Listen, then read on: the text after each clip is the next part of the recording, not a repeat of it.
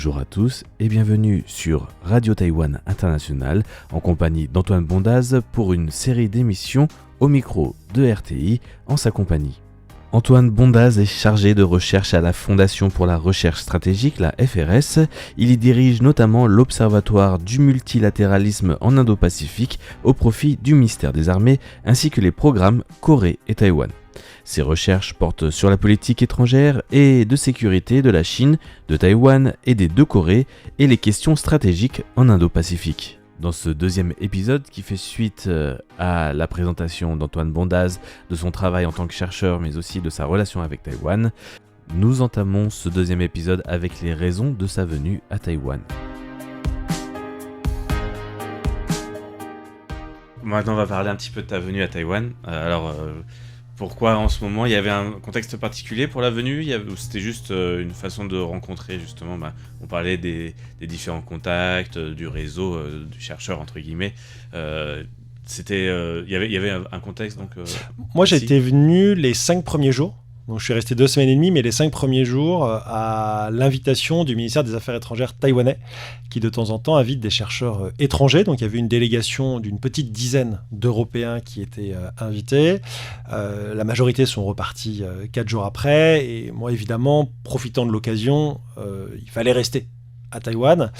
Il fallait rester pour justement compléter les rencontres qu'on avait pu faire dans les premiers jours. Et puis des rencontres en bilatéral ou des rencontres seules, c'est évidemment jamais la même chose que des rencontres dans un groupe de 10 où la connaissance des sujets et l'intérêt pour les différents sujets va varier. Donc pour moi, c'était un prétexte, entre guillemets, de pouvoir venir à Taïwan et c'était une occasion de pouvoir rester plus longtemps pour pouvoir réaliser des entretiens. Par exemple, je suis descendu à Kaohsiung, que ce soit à Zoying ou à Kangshan, à l'Académie de l'armée de l'air et l'Académie de la marine, pour aller voir les cadets, donc les jeunes officiers qui sont en train de se former, faire des conférences sur ce que fait la France en Indo-Pacifique notamment. Je suis allé dans les universités, à Chunggong, à Tunrai, hier à Taichung. J'étais à Taïda avant. J'ai rencontré les partis politiques taïwanais, en tout cas les 2 principaux. Des officiels des affaires étrangères, du ministère de la Défense, etc. Donc tous ces rendez-vous et ces entretiens, et parfois des conférences, elles sont intéressantes parce que soit dans un cas, on apprend des choses, soit dans l'autre cas, quand c'est moi qui fais une conférence, les questions qu'on nous pose sont toujours hyper intéressantes. Et la façon dont des jeunes militaires taïwanais vont voir le rôle de la France dans la région est parfois en opposition, ou en tout cas en décalage assez fort avec l'image que nous on se fait de nous-mêmes. Et ça, c'est hyper important.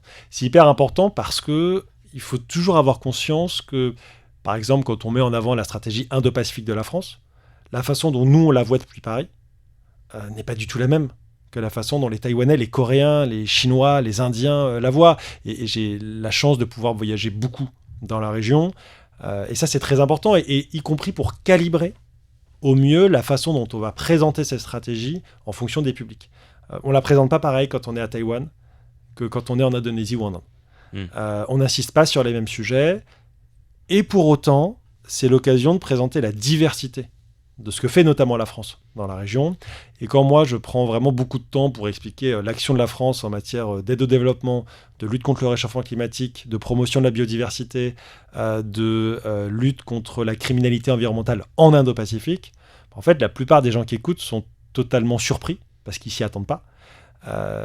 Et pour être très honnête, non seulement beaucoup d'étrangers ne s'y attendent pas, mais beaucoup de Français non plus.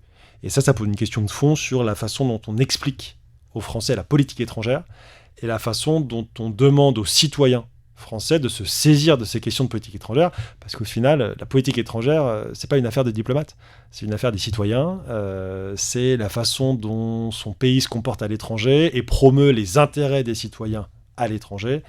Et donc, faire de la pédagogie et expliquer cette politique étrangère aux Français, c'est aussi hyper important.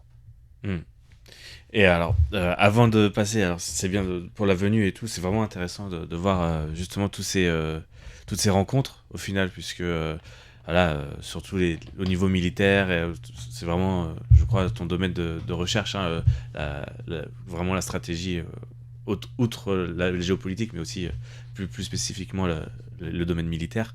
Et on en reparlera après, parce que j'ai une question là-dessus. Je pense que tu as vu aussi la vidéo YouTube qui résumait un peu les forces en présence et la possibilité technique de la Chine d'envahir Taïwan. On passera très rapidement sur cette question parce que je pense qu'elle a déjà été beaucoup traitée dans les autres médias et que c'est pas forcément moi mon point de vue le plus intéressant sur la question, mais bon, on en reparlera. Mais avant ça, j'aimerais quand même poser une petite question qui, je crois, a été posée récemment par les Français lors d'une rencontre à la librairie du Pigeonnier par rapport à tes relations avec l'ambassadeur de Chine en France. Et est-ce qu'il y a eu un changement? Voilà, moi ma question c'était plutôt au niveau est-ce qu'il y a eu un changement de statut entre de petites frappes hyène folle à quelque chose d'autre? Est-ce que les relations ont un peu évolué depuis le temps? Est-ce que tel un Pokémon, j'ai évolué avec l'expérience. En fait, moi, ça n'a pas changé grand-chose. Ça a été une opportunité médiatique d'être plus connu par le grand public. Non pas par les journalistes qui travaillaient sur l'Asie ou par les chercheurs, qui me connaissaient très bien avant les insultes reçues par l'ambassadeur. Mais peut-être pour le grand public, et aussi qui a permis de faire connaître l'ambassadeur aussi, d'une façon négative. Moi, ça n'a pas du tout impacté mon travail, pour être très clair.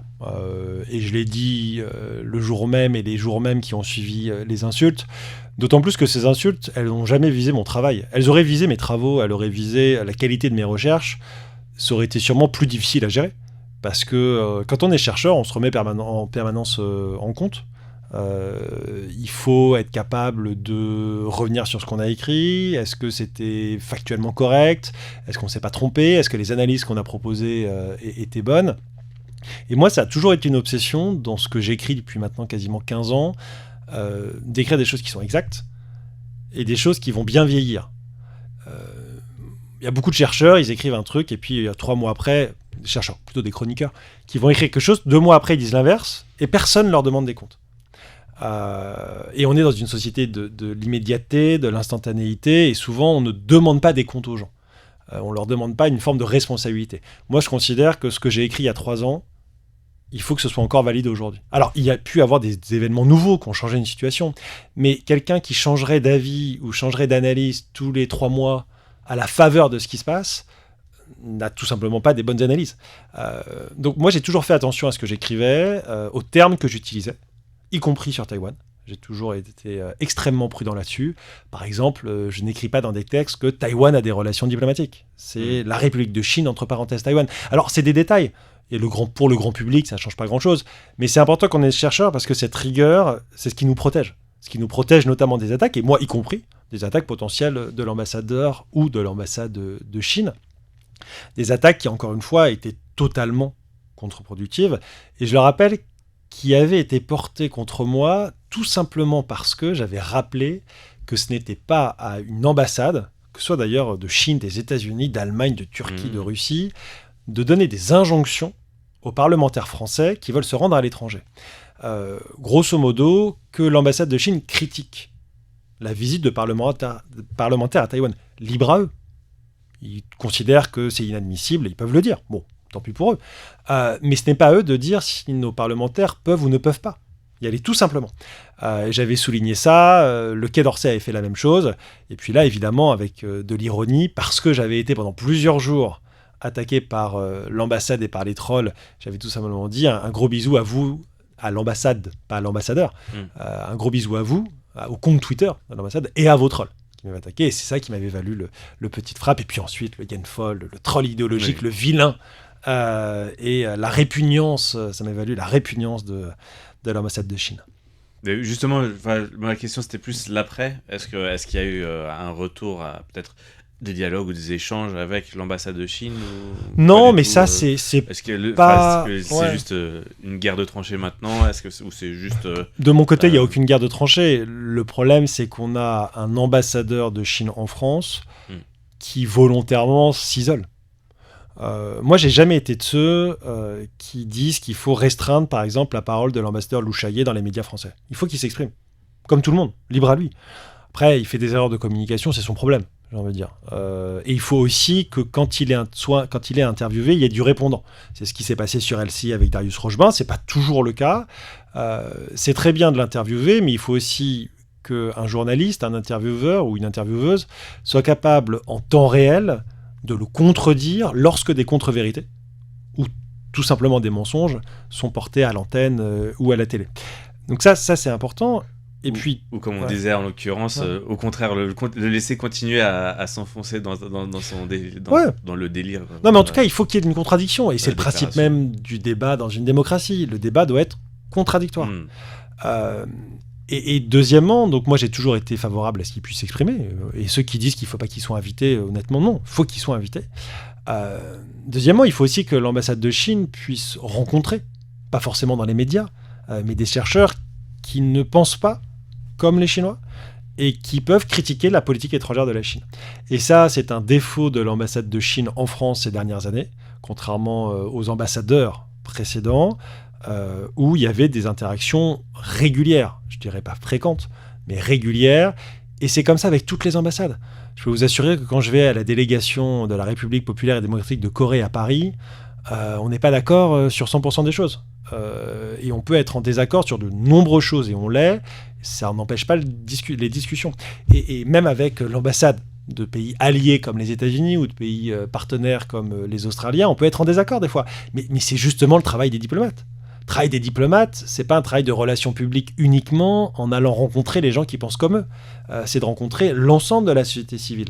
Et ça, je pense que c'est un gros problème aujourd'hui de l'ambassade de Chine en France, et plus largement un grand problème en Chine, puisque l'accès au terrain, la capacité à discuter sur le fond des choses avec les chercheurs, les journalistes chinois, est aujourd'hui quasiment impossible, non pas à cause de ces personnes qui n'y peuvent rien, mais à cause des autorités politiques qui aujourd'hui réduisent considérablement, ça fait quasiment 10 ans, réduisent considérablement les marges de manœuvre et la liberté d'expression des Chinois. Alors, non pas pour dire qu'il y avait une liberté d'expression totale il y a 10 ans en Chine, mais quand on faisait un doctorat, quand on travaillait sur les débats de politique étrangère en Chine, on pouvait faire un travail intéressant.